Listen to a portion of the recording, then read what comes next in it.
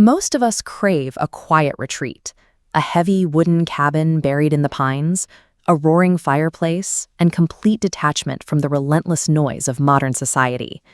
But escaping civilization means leaving behind its protections.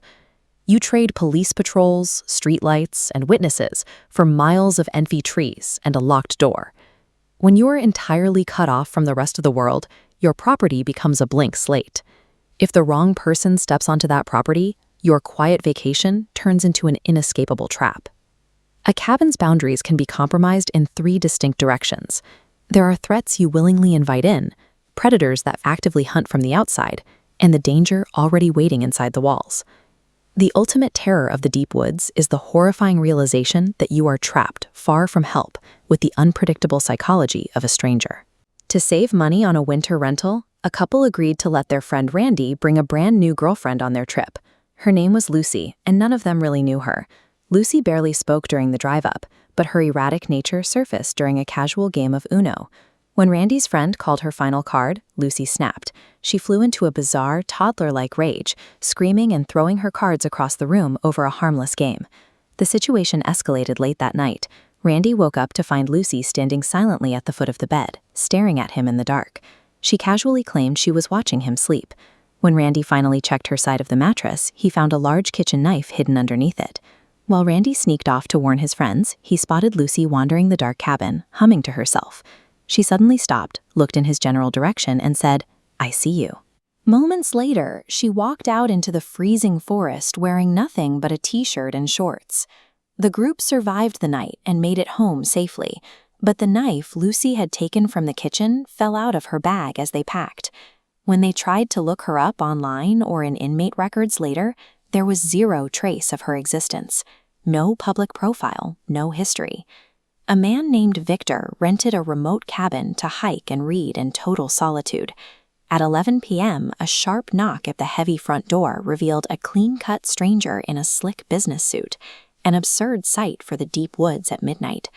When the man claimed he was lost, his deadpan voice suggested he was following a script. When Victor refused, the stranger laughed, pressed his face against the glass, and called out, "Come on, Victor, open the door already." This chart maps a rural predator's psychological escalation, starting with a non-threatening knock, then feigning vulnerability.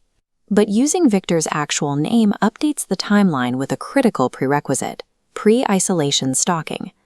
Victor called 911 and the stranger vanished. When a lone patrol car finally arrived to escort Victor out, the officer noticed all 4 tires on Victor's car had been deliberately slashed. The predator had systematically severed Victor's only means of physical escape. The owner of the cabin was cleared, and the man in the suit was never identified. Victor still lives with the knowledge that a highly organized predator is actively hunting isolated targets. Escaping into the wilderness does not grant you peace by default. In the wrong location, it strips away your defenses and turns you into a highly vulnerable target for an organized hunt. After his estranged father passed away, a son traveled to his newly inherited cabin. He planned to clean the property, sell it, and spend a few quiet days processing his grief. The moment he unlocked the door, a horrific odor hit him. It smelled like decay. The living space was dirty, but when he pulled down the retractable ladder to the attic, he found piles of garbage, old food wrappers, and empty beer cans everywhere. Assuming it was his late father's mess, he went to bed. Hours later, he was jolted awake by deliberate, heavy rustling sounds coming from the ceiling directly above his room. Unable to sleep, he walked out to the living room he had meticulously cleaned earlier that day and turned on a dim orange lamp. In the corner, sitting next to a recliner, was a filthy blanket. Protruding from the bottom edge was a heavy boot. As he stared in pure horror, the fabric began to rise and fall in a rhythmic, steady breathing pattern. He sprinted to his car and threw it into reverse. As he backed down the driveway, a filthy, unkempt drifter ran out the front door and watched him leave. The police later determined that because the father hadn't visited in nearly a year, this squatter had simply moved into the attic to stay warm. The son realized he had spent his entire trip completely exposed. The most terrifying aspect of deep isolation is the sudden realization that it was an illusion all along. The deep woods do not possess any inherent malice.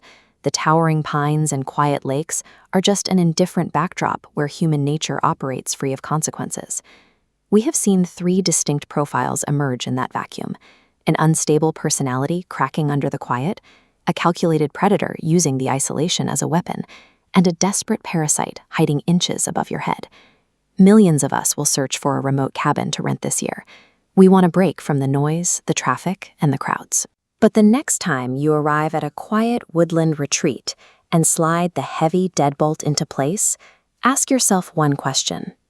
Are you keeping the dangerous world out, or are you locking yourself in?